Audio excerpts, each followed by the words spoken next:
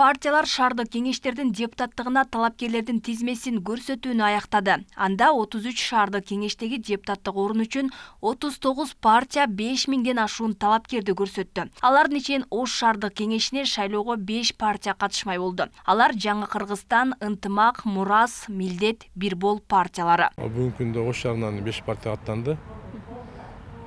Бардыгы болуп 5 партиядан 217 талапкер. Улуу Журт партиясы 7 октябрь 18:06 келгендигине байланыштуу биз аны каттап койдук.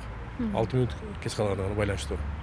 Бүгүнкү күндө негизинен биз ошол партиялардын талапкерлердин берген арызы боюнча документтерди териштирип жатабыз. 17 октябрга чейин териштиребиз.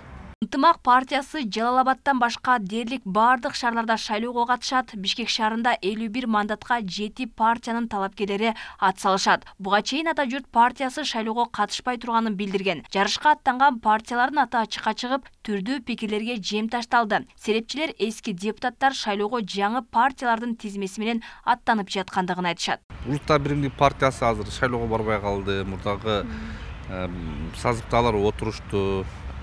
Биздин Кыргызстан деген партия депутаттары бар эле, Республика Ата Журт деген. Эми ал партиялар барбай калышты. Барбай калгандан кийин алардын катарында жүргөн депутаттары, тарапташтары бизде эми партияларда туруктуу мүчө деген жок да.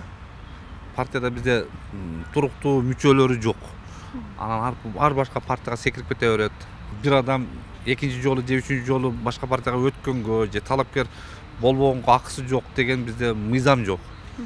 Азыркы шаардык кеңештин депутаттарынан жарымдан көп аракет кылып атат окшойт шайлоого катышып. Ал эми карапайым калк бул жолку шайлоодо элдин ишеними акталышы керек дешет. Анда элдин туура тандоого баруусу да маанилүү. Шайлоого көз карашыбыз билбейм эми.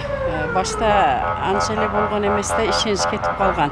Азыр эми мына президентибиз аябай жакшы иштерди жасап атат. Иншалла жакшы эле болот деп ойлойм го. Аягына бүткөн. Эми таза татыктуулар келсе болду бизге иштей турган. Эми элдин аң сезими мурдага караганда, 5 жылга караганда, уже өстү да.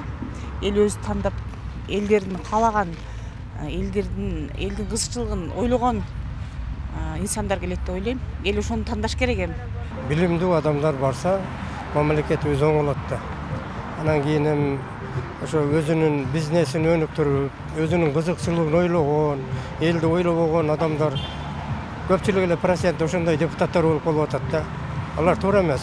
Андай татыктуу депутаттар болсо, элдин өзүнө жакшы, өзү жакшы. Депутаттын да баардыгы ошо депутат көрүнүшү ura калган маалда толку жок да. Сураган коет, элди эл үчүн иштейт деп айтат. Ол эл үчүн иштебейт экен. Бизге керегине жараган элибиздин чечимин чечкен адамдар болсо жакшы болот. Эми таза шайлоо болуш керек да. Чындыгында өзүбүз шайлайбыз, бирок эми ошондо дагы кээ биркилери баягындай бир аз эмегилерге берилип кетип атат да. Негизи таза шайлоо бар, таза жашоо болот да. Бул жолку жергиликтүү кеңештердеги шайлоого жаңы талаптар да киргизилген. Анда муниципалдык ишкана жетекчилери депутаттыкка талапкер болуу үчүн кызматынан биротоло кол үзүшү керек. Ал эми мектеп бала бакча башчылары шайлоого катышса убактылуу ишинен четтеп турат.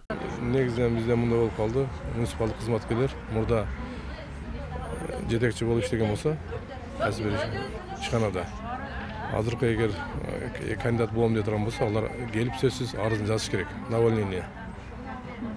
Мектептин директорлору, садиктин заведующийлары кандидат боло берет.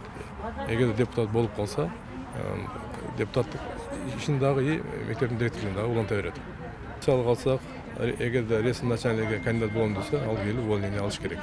Увольнение алып келип, анан кийин документ тапшырыш керек.